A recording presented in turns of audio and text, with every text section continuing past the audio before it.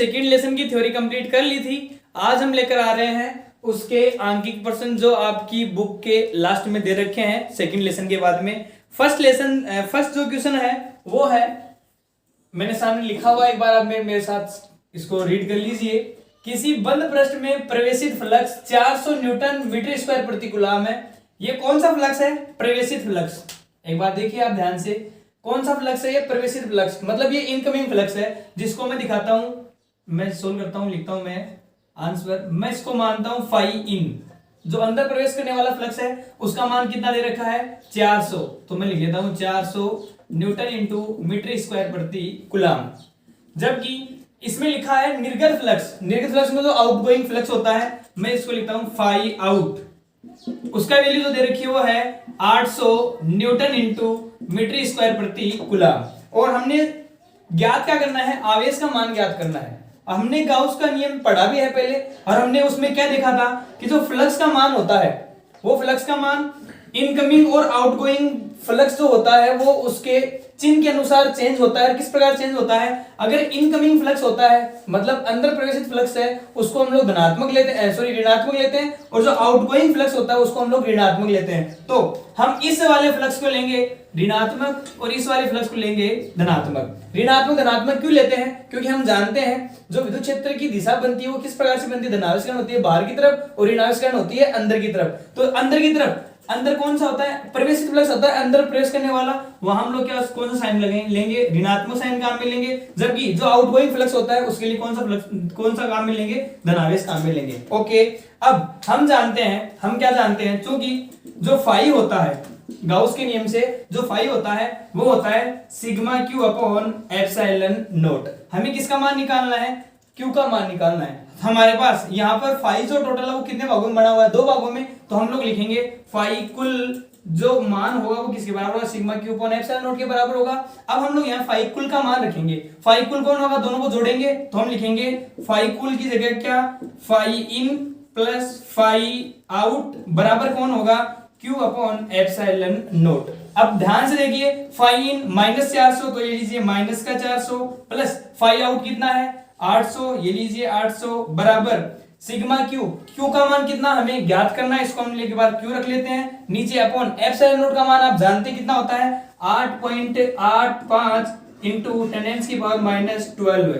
Okay, हमें यहां से किसका मान निकालना है? क्यू का। एक बार आप इसको सोल्व कीजिए, यहां कितना बचेगा? 400, तो ये 400 बराबर कितना हो जाएगा? क्यू अपॉन ये वैल्यू ऐसी 8.85 10⁻⁻12। हमें यहां से किसका मान निकालना है? क्यू का मान निकालना है। तो क्यू बराबर कितना हो जाएगा? ये इससे मल्टीप्लाई हो जाएगा, तो जाना है ये कितना? 400 इंटू ये वजन गुणा चला जाएगा कितना? 8.85 इंटू 10⁻⁻12। जब आप लोग इसको सोल्व करेंगे तो सोल्व करने के बाद में इसकी जो वैल्यू है वो वैल्यू, इसका मान आएगा 3.54 इंटू 10⁻⁻9 कूलम, जिसको हम लोग, हमें पता है 10⁻⁻9 को हम नैनो से लिखते हैं। तो यहां से Q बराबर कितना आंसर हो सकता है? 3.54 गुणा क्या, ये नैनो 10⁻⁻9 को नैनो लिख सकते हैं, तो नैनो कूलम। ये इसकी वैल्यू हो जानी है किसकी? आवेश की। अगला सेकंड जो क्वेश्चन है वो है 2.4 मीटर व्यास के आवेशित चालक गोला। टॉपिक को ध्यान देंगे, आवेशित चालक गोला है और उसकी व्यास कितनी है? 2.4 मीटर। ओके, उस पर पृष्ठ आवेश घनत्व दे रखा है 80 माइक्रो कूलम प्रति मीटर स्क्वायर, और हमें ज्ञात क्या करना है? गोले का आवेश ज्ञात करना और निर्गत फ्लक्स का मान हमें ज्ञात करना है। तो सबसे पहले मैं गिवन लिखता हूं। गिवन क्वेश्चन को ध्यान से पढ़िए। गिवन क्या है? 2.4 मीटर व्यास, और हम जानते हैं व्यास त्रिज्या का दुगुना होता है या त्रिज्या व्यास की आधी होती है। तो हम लोग यहां से त्रिज्या गोले की जो त्रिज्या है वो कितनी हो जाएगी? r बराबर इसकी आधी मतलब कितनी? 2.4/2 बराबर कितनी हो जाएगी? ये हो जाएगी 1.2 मीटर। ये क्या आ गई हमारे पास? इस चालक गोले की त्रिज्या आ गई। ओके, अब और क्या दे रखा है? आवेश घनत्व दे रखा है, और हमें पता है आवेश घनत्व को हम लोग किसे दिखाते हैं? पृष्ठ आवेश घनत्व दिखाई दे रखा है, जिसको हम लोग दिखाते हैं सिग्मा से। तो हो जाएगा सिग्मा बराबर कितना? 80 माइक्रो कूलम प्रति मीटर स्क्वायर।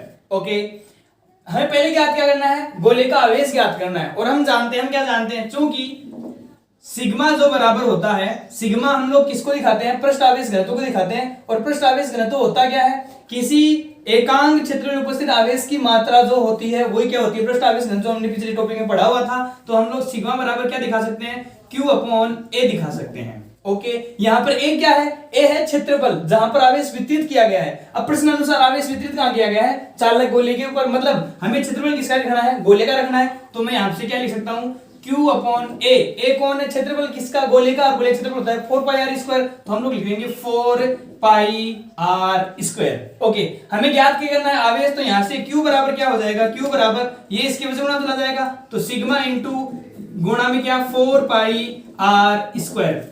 सबसे पहले हमें किसका मान रखना है, सिग्मा का मान, फिर ये सारे मान रखने हैं। तो हमें पता है सिग्मा का मान दे रखा है कितना, ये रहा 80 माइक्रो। तो ये लीजिए 80 माइक्रो, माइक्रो मतलब 10 की घात -6, ये 10 की घात -6 इंटू 4 पाई, 4 इंटू पाई का मान 3.14 इंटू आर की वैल्यू दे रखी है, ये इतनी त्रिज्या, तो इसका भी स्क्वायर, तो 1.2 का होल स्क्वायर। और जब आप इसको सोल्व करेंगे तो सोल्व करने के बाद ये वैल्यू आएगी Q बराबर, हमने पहले सोल्व कर रखा है, आप एक बार रफ को में इसको सोल्व कीजिए, आपकी वैल्यू प्राप्त होगी। और ये वैल्यू प्राप्त होगी हमारे पास 1.45 इंटू 10 की पावर 10 की घात -3 कूलम। ये वैल्यू किसकी प्राप्त होने वाली है, इस गोले पर उपस्थित आवेश का मान प्राप्त हो जाएगा। ओके, सबसे पहली बात, ऐसे क्वेश्चनों में दो पार्ट दे रखे होते हैं, आप हमेशा के लिए याद रखें। जरूरी नहीं है क्वेश्चन आप जब भी एग्जाम में सोल्व करें क्वेश्चन और उसके दो पार्ट हों, तो जो फर्स्ट पार्ट होता है उस पार्ट को अच्छे से सोल्व कीजिए, क्योंकि फर्स्ट पार्ट में जो वैल्यू आपके पास प्राप्त होती है वही वैल्यू अगले वाले पार्ट में आपको काउंट करनी होती है। इसलिए फर्स्ट को आप ढंग से सोल्व कीजिए ताकि आपका जो अगला वाला आंसर है वो बिल्कुल करेक्ट प्राप्त हो सके। ओके, आगे चलते हैं। इसका जो दूसरा भाग है, दूसरा भाग क्या है, हमें निर्गत फ्लक्स का मान ज्ञात करना है। किसका मान ज्ञात करना है, फ्लक्स का मान। और हमें पता है अगर मैं गाउस के नियम की सहायता से फ्लक्स का मान ज्ञात करूं तो उस पर आवेश, जो आवेश दे रखा है उसको परिबद्ध करना पड़ेगा। और हमारे पास आवेश का मान ये पड़ा हुआ है और हम जानते हैं गाउस के नियम की सहायता से, मैं लिखता हूं गाउस का नियम, गाउस के नियम से। गाउस का नियम क्या कहता है, फाई बराबर होता है sigma Q upon epsilon note. तो हमें यहां से फाई बराबर सिग्मा क्यू, कितना आवेश उपस्थित है, आवेश का मान हमारे पास आ गया जो हमने पिछले पार्ट में सोल्व किया था। तो आवेश का मान कितना है 1.45 इंटू 10 की पावर -3 अपॉन एप्सिलॉन नोट का मान आप जानते हैं कितना होता है 8.85 इंटू 10 की पावर -12 है। और जब हम इस वैल्यू को सोल्व करेंगे तो सोल्व करने के बाद ये वैल्यू हमारे पास जो प्राप्त होगी वो होगी 1.65 गुणा 10 की घात 3। और हमें पता है फ्लक्स का मात्रा क्या होता है, फ्लक्स का मात्रा होता है, ये सोल्व करने के बाद में अगला क्वेश्चन है, गोले के केंद्र से 20 सेंटीमीटर दूरी पर विद्युत क्षेत्र की तीव्रता जो दे रखी है वो है 10 वोल्ट प्रति मीटर। ओके, गोले की त्रिज्या दे रखी कितनी है 5 सेंटीमीटर। ओके, और अगले ने दे रखा है कि गोले के केंद्र से कितनी दूरी पर 8 सेंटीमीटर दूरी पर मुझे विद्युत क्षेत्र की तीव्रता ज्ञात करनी है। तो प्रश्नानुसार एक बार हम लोग प्रश्न को एक बार थोड़ा डायग्राम के रूप में बनाते हैं ताकि हमारी लैंग्वेज और भी आसान हो जाए। देखो हम लोग गोला बनाते हैं, ये लीजिए मेरे पास क्या है, एक गोला है। ओके, अब प्रश्न में नहीं दे रखा चालक गोला है अचालक गोला है, तो आप इसको कोई मान सकते हैं। चलो मान लेता हूं इसको अचालक गोला है। ओके, तो अचालक गोला जहां आवेश दिया जाता है वहीं पे विद्यमान हो जाता है, मतलब समान रूप से आवेश वितरित है। ओके, अब गोले की त्रिज्या कितनी है 5 सेंटीमीटर, तो ये लीजिए गोले की त्रिज्या कितनी है 5 सेंटीमीटर। अब प्रश्नानुसार विद्युत क्षेत्र की तीव्रता कहां दे रखी है, गोले के केंद्र से 20 सेंटीमीटर दूरी पर दे रखी है। तो मैं मानता हूं ये लीजिए गोले का केंद्र और इससे कितनी दूरी पर 20 सेंटीमीटर दूरी पर, मैं मानता हूं ये बिंदु P है। कितनी दूरी है ये 20 सेंटीमीटर दूरी। इस पर जो विद्युत क्षेत्र की तीव्रता है मैं इसको लिखता हूं E20। विद्युत क्षेत्र की तीव्रता दे रखी है कितनी है 10 वोल्ट प्रति मीटर। ओके, हमें ज्ञात क्या करनी है, हमें ज्ञात करनी है गोले केंद्र से 8 सेंटीमीटर दूरी पर। कहां ज्ञात करनी है, गोले केंद्र से 8 सेंटीमीटर दूरी पर। मतलब हमारा जो क्वेश्चन है वो है प्रश्नानुसार हमें ज्ञात क्या करना है, गोले के केंद्र से 8 सेंटीमीटर दूरी पर विद्युत क्षेत्र ज्ञात करना है। और ये लीजिए ये गोले का केंद्र है और इससे कितनी दूरी पर 8 सेंटीमीटर दूरी पर, ये लीजिए मैं मानता हूं यहां तक 8 सेंटीमीटर आता है, ये लीजिए 8 सेंटीमीटर। यहां हमें क्या ज्ञात करनी है, विद्युत क्षेत्र की तीव्रता का मान ज्ञात करना है। ओके, आप एक बार देखिए ध्यान से, गोले की त्रिज्या कितनी है 5 सेंटीमीटर। गोली की त्रिज्या कितनी है 5 सेंटीमीटर। ज्ञात कहां करनी है 8 सेंटीमीटर दूरी पर, मतलब इसके बाहर ही आनी है। ओके, और हम जानते हैं चाहे गोला चालक हो चाहे गोला अचालक हो, दोनों के कारण गोले के बाहर विद्युत क्षेत्र की तीव्रता एक समान प्राप्त होती है। और कितनी प्राप्त होती है हमने फॉर्मूला ज्ञात भी किया था, E बराबर आया था हमारे पास KQ/R²। यहां पर R क्या है, R वो दूरी है जहां पर विद्युत क्षेत्र की तीव्रता हमें ज्ञात करनी थी। ओके, अब एक बार जो विल दे रखी है उसके अनुसार हम लोग लिखते हैं। तो देखिए आप, हमें जो पहला मान दे रखा है वो कितना दे रखा है E20, और E20 का मान कितना दे रखा है 10। तो मैं लिखता हूं 10 बराबर E20 मतलब 20 सेंटीमीटर दूरी पर। तो हम एक बार मान रखते हैं, मैं मानता हूं KQ/, यहां पर R का मान कितना रखेंगे 20, तो ये लीजिए मैंने लिखा 20 का स्क्वायर। ओके, आगे हमें ज्ञात कहां करनी है 8 सेंटीमीटर दूरी पर, तो मैं लिखता हूं हमें ज्ञात करनी है E8 पर। तो मैं लिखता हूं E8 बराबर KQ/R का मान कितना रखेंगे 8, तो ये लीजिए 8 का स्क्वायर। ओके, अब इसको मानता हूं समीकरण नंबर 1, इसको मानता हूं समीकरण नंबर 2। मैं समीकरण 1 में 2 का भाग देता हूं एक बार, हमारे पास आगे वैल्यू प्राप्त हो जाएगी। तो मैं लिखता हूं समीकरण 1 डिवाइड बाई समीकरण 2। तो हमारे पास जो नई वैल्यू प्राप्त होगी वो किस प्रकार से होगी, समीकरण 1 में ऊपर कौन है 10, तो ये लीजिए 10 अपॉन नीचे कौन है E8, ये लीजिए E8 बराबर, आगे देखिए ऊपर कितना मान है KQ/ नीचे कौन R², मतलब इसका स्क्वायर 20 का स्क्वायर अपॉन इसका भाग देंगे मतलब वैल्यू रिवर्स हो जाएगी। तो ये इसके नीचे जाने वाली वैल्यू ऊपर आ जाएगी, कितना हो जाएगा 8 का स्क्वायर ऊपर चला जाएगा, नीचे KQ जो वैल्यू कटती है उसको काट दीजिए, KQ से KQ कैंसिल हो जाएगा। ओके, आगे हमें ज्ञात क्या करना है E8, तो मैं E8 ले जाऊंगा इस तरफ और बाकी ले जाऊंगा इस तरफ। तो ये E8 कितना हो जाएगा E8 ये चला जाएगा इस तरफ, ये आ जाएगा वजन गुणा में ऊपर, तो 10 इंटू ऊपर कौन जाएगा 20 का स्क्वायर, तो ये लीजिए 20 का स्क्वायर कितना 400, तो ये लीजिए 400 अपॉन नीचे कौन आएगा 8 का स्क्वायर, 8 का स्क्वायर जाएगा 64। हम आगे इसको जब सोल्व करेंगे तो E8 इसकी वैल्यू जब सोल्व करेंगे तो इसकी वैल्यू सोल्व करने के बाद आएगी प्राप्त होगी वो 62.5। और विद्युत क्षेत्र की तीव्रता हम जानते हैं कितनी होती है वोल्ट प्रति मीटर, या इसका दूसरा मात्रक जो होता है वो होता है न्यूटन प्रति कूलम। हम लोग इस क्वेश्चन को इस प्रकार से सोल्व कर सकते हैं। अगला क्वेश्चन है, एक अनंत रेखीय आवेश 2 सेंटीमीटर दूरी पर इतना विद्युत क्षेत्र उत्पन्न करता है, तो इसके हमें क्या ज्ञात करना है रेखीय आवेश घनत्व। और हमने गाउस के नियम का फर्स्ट अनुप्रयोग ये पढ़ा था, अनंत रेखीय आवेश से तार ज्ञान विद्युत क्षेत्र की तीव्रता, और जो हमने फॉर्मूला प्राप्त किया था वो प्राप्त किया था, मैं लिख लेता हूं एक बार इसका आंसर, चूंकि E बराबर हमारे पास प्राप्त हुआ था 2K λ/R। ये R क्या थी, वो दूरी थी जहां पर विद्युत क्षेत्र की तीव्रता हमें ज्ञात करनी है। तो प्रश्न अनुसार गिवन लिख लेते हैं एक बार। गिवन क्या क्या है, गिवन देखिए क्या क्या है, हमें दूरी दे रखी है, कितनी दूरी है 2 सेंटीमीटर, तो R बराबर कितना सेंटीमीटर 2 सेंटीमीटर, इसको मीटर में कन्वर्ट करेंगे तो 2 इंटू 10⁻⁻² मीटर। ओके, और क्या दे रखा है विद्युत क्षेत्र की तीव्रता दे रखी है E बराबर कितनी दे रखी है, ये है 9 इंटू 10⁻⁴ न्यूटन प्रति कूलम। ओके, हमें ज्ञात क्या करनी है लेमडा ज्ञात करना है। तो हमें यहां से इस फॉर्मूले से लेमडा बराबर क्या हो जाएगा, इस फॉर्मूले से लेमडा बराबर हो जाएगा, ये चला जाएगा इस तरफ, तो E इंटू R अपॉन नीचे कितना जाएगा 2 इंटू K। ओके, वैल्यू रखते हैं हम लोग, तो लेमडा बराबर E की वैल्यू कितना रखेंगे इतनी 9 इंटू 10⁻⁴ इंटू R की वैल्यू ये बड़ी कितनी है 2 इंटू 10⁻⁻² अपॉन 2 इंटू K की वैल्यू हम जानते हैं निर्वात के लिए कितनी होती है 9 इंटू 10⁹। और जब हम लोग इसको सोल्व करेंगे तो सोल्व करने के बाद ये वैल्यू प्राप्त होगी